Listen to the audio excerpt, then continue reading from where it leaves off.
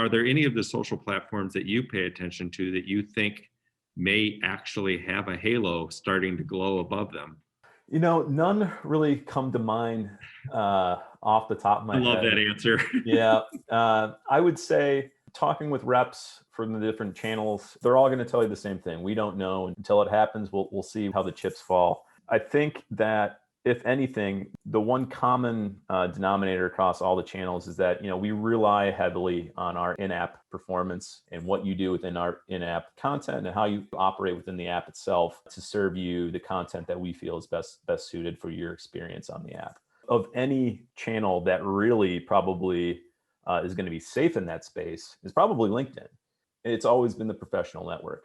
Granted, there's always going to be a certain subset of users that don't tend to treat it that way. LinkedIn has always kind of kept the same motive in that they are the professional network. They try to stay professional. I feel like they do a pretty good job of serving up the content in a catered sense to the individual user because they collect information that's only relevant to you in that professional world. It's a platform where you're building up yourself, and it's a this is who I am kind of platform. And because of all that information that you are willingly kind of giving to the platform because it's your professional self, I think it benefits from having a really good, accurate picture on who their members are and therefore what content is suitable and more appropriate for them. One thing that won't be affected by this is data integrations, specifically speaking to first-party data.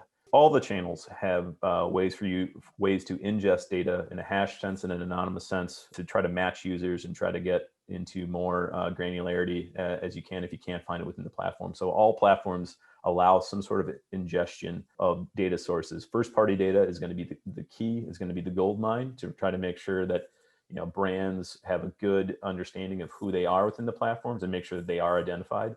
You upload a list of 100,000 emails, you're probably going to get a pretty good match rate on Facebook and Instagram, and maybe a third of that might match up on LinkedIn, or maybe even a smaller fraction on Snapchat. That first party data is going to be huge, and at least to figure out what that base is. Quite literally, most of the platforms to date understand a brand's audience better than they do, because of the interactions of those people within those platforms versus the interactions that they have at a brand level.